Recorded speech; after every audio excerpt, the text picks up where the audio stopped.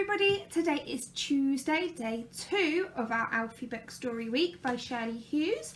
The story I'm going to do this morning is Alfie's Shop. But before we start the story, shall we get a bit of background information about Alfie and his little sister and about his house?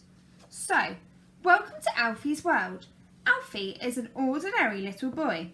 He has a mum and a dad and a little sister called Annie Rose. He has no magical powers and he does not go on fantastic journeys into space or anything like that. But some very exciting and interesting things happen to him all the same. Annie Rose. Annie Rose is only just learning to talk, but she knows how to get what she wants. If she is in a good mood, she and Alfie play games together. Alfie's house. The house where Alfie lives stands in a row of houses which look rather the same on the outside, but inside they are all very different, and so are the people that live in them. All the houses have back gardens. So there we are, a bit of information about Alfie, his sister and his house. So let's start our story, Alfie's Shop. In Alfie's back garden there was a big bush. You could lift up a curtain of leaves and walk inside. It was a nice, private place. One afternoon, Mum gave Alfie a long cardboard box to play with. He took it into the bush and put it down on its side. It made a good counter for a shop.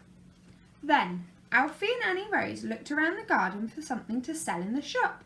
They found plenty of things lying about: flower petals, seed pods, acorn cups and lots of different kinds of leaves. They laid them out on the counter using some very big leaves as plates. They pretended they had vegetables and crisps and sweets and ice creams in their shop. Not the kind you can really eat, of course, and toys too. When everything was nicely arranged, Alfie decided what the shop needed now was some money. He fetched a little brown box with a lid and they collected a lot of flat greenish yellow seeds which rattled about inside like real money. Mum and Grandma were sitting in the garden having a cup of tea. Alfie asked them if they were coming to buy something at the shop. "Yes, of course," said Grandma. "But what is the name of your shop? Is it the Alfie and Annie Rose General Stores?" "No," said Alfie. "It's called Lewis Burrows and Company." He knew that there was a proper shop called that in the High Street. Alfie put on his peaked cap to open up the shop, and Annie Rose wore an apron to be Mrs. Lewis Burrows' lady assistant. Then Grandma and Mum came to do some shopping. First they bought cabbages and ice cream, then they bought lettuce and crisps and a model helicopter and doll's tea set. Mr. Lewis Burrows took the money and counted out the change, and his assistant handed things over the counter.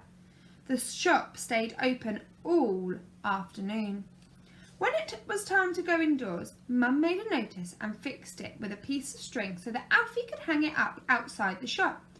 On one side it said, "Open," but when you turned it round, it said, "Closed."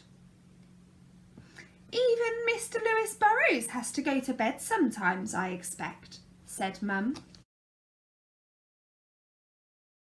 The end. What a lovely little story about Alfie's shop that he makes in the garden. Have you had a go at making a shop in your garden or in your home? Let me know in the comments what you've been up to. But that's our end of our story for now. I'll be back this afternoon with Alfie's numbers and I will see you then for our story time. Speak to you later. Bye.